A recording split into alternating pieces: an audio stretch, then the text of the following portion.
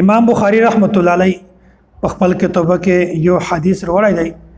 د یغه حدیث موضوع دا دو چې د سړی او د ښځې په منځ کې فرق شته.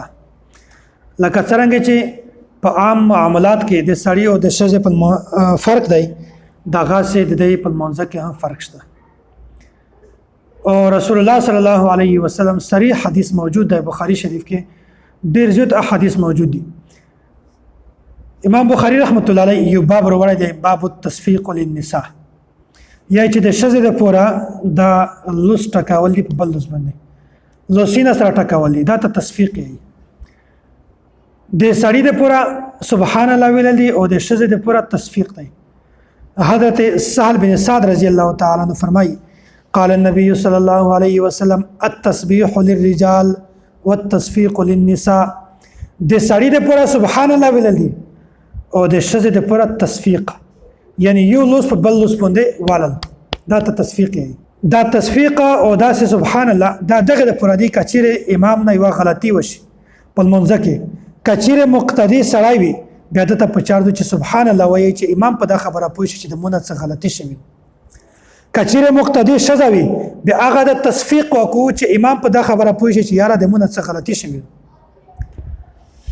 دغه وجنا رسول الله صلی الله علیه وسلم یو بل حدیث دی چې مالی رایتکم اکثرتم التصفیق، یا جزت تسوین ما تس اکثر لوس په لوس په نوای څه وجنه. من نابه شیء فی صلاته، یا چاته چې په منځ کې څه مسله جوړ شي فلیسبح بیا تسبیح یي، فانه اذا سبح التفت الیه، بیا امام دغه طرف ته متوجه شي. مخته فرمایي وانما التصفیق للنساء، او لوس په لوس پر ولل دا خو د ښځې چارو. دغه وجنه امام بخاری رحمت الله علیه دا خبره ثابتوي چې د ښځې او د سړي په منځ کې فرق شته. لکه څنګه چې دای په بهر نور معاملات کې فرق نه، داسې په منځ کې هم فرق شته. او د الله نبی دا خبره ثابته کړې ده چې د ښځې او د په منځ کې فرق شته. امام بخاری هم دا خبره ثابته کړې چې ښځې او د سړي په منځ کې فرق شته. میز هدا خبره مانی چې په دوه سره ماجنه کې فرق شته، خو غیر مقلدین د رسول الله صلی الله علیه وسلم د خبره ها انکار کو، د امام بخاری د خبره ها انکار کو، او دا سه د دوی سره چې کوم خبره دي د امام بخاری رحمت الله علیه او د نبی علیه الصلاه والسلام غیر مقلدین د دوی سره د خبره مخالفت کو، انکار کو.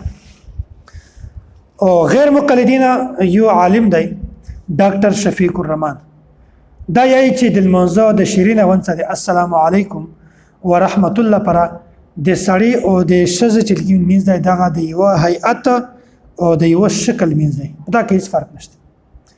او بیا بیانوي چې رسول الله صلی الله علیه وسلم د سړی او د ښځې د منځ په طریقه کې بالکل فرق نه ذکر کړی. نماز نبوي صفحه نمبر 148. نو رسول الله صلی الله علیه وسلم د سړی او د ښځې په منځ کې فرق بیان کړی دی. امام بخاری رحمت الله علیه فرق بیان کړی دی، خو غیر مقلدین د فرق منل ته کله تیار نه دي، یا چې د سړی او د ښځې په منځ کې هیڅ فرق نشته. دا سه غیر مقلدین یو بل حدیث بیانوي سوال کو چې کم از کم کا نور نوی په صحیح بخاری کې دا حدیث موجود دی چې هغه د میجه موقف تایید کو. د یغه دا خبره ثابته ده چې د سړی او د ښځې په منځ کې فرق نشته. وصلوا كما رأيتموني اصلي. خبره داستو چې مالک بن حویرث رضی الله تعالی عنه دا وارث د نبی علیه الصلاه والسلام په خدمت کې حاضر شته. د سره نور کسون هوي، د هم عمر وي، نو جوانون وي. نبی علیه الصلاه والسلام سره د شل شپې تیر کړ. بیا نبی علیه الصلاه والسلام څه وخت نه بعد د تا وخت اثرات محسوس کړ چې دغه خلک کور ته ځل شوی دي. بیا ورته چې تاسو په کور کې تشه پرېښ دي، تفصیل معلوم کزنه سیده ورته خبره ورته بیان کړه. بیا نبی علیه السلام ورته وایي چې تاسو داس وکئ چې تاسو کور ته لاړ شئ، ارجعوا الى اهلیکم، تاسو خپل کور ته لاړ شئ، فاقیموا فیهم، تاسو ولته قیام وکئ، وعلموهم، تاسو خلک ته ورزده کئ، دین ورشئ، وامروهم، تاسو ولته د منځ حکم ورکئ. بیا مخته بیانوي وصلوا كما رأيتموني اصلي، او داسې لمونځ کوئ لکه څرنګه چې تاسو زه په لمانځه فرضله یم. بس په داسې کې غیر مقلدین یې چې کسه په داسې کې نبی علیه السلام حکم ورکړی دی، خو د سړي او د ښځې تذکره نه کړی. مطلقاً حکم دی، مطلقاً حکم کې خو سړی هم داخل دی، ښځه هم داخله ده. دغه دا مطلب چې دوی سره لمونځ یو شی دی، فرق نشته کې. کسه جواب په غور سره اور وای دا خبره نه ده لکه کومه خبره چې غیر مقلدین بیانوي. نبی علیه السلام بیان کړی وصلوا کما رأیتمونی اصلی. دا حدیث مخته څلور قسم الفاظ دي. ارجعوا الى اهلیکم فاقیموا فیهم وعلموهم ومروهم. دا ټول د مخاطب صيغه دي او مخاطب جمع مذکر دی پورا دي. کچېره د شذ ولا صيغه استعمال چې شذ ته داس کوي بیا وهن ضمیر استعمال شوی هم نو استعمال شوی. دغه د معلومه شو چې دغه په د حدیث نه مخکې څلور چې کوم الفاظ دي دا د سړی د پورا واسي دغه سړی مراد دي شذ مراد نه دي. دغه د معلومه شو چې توس د صلو کما رایتمونی وصلی دغه نه سړی مراد کوي شذ مراد کوي.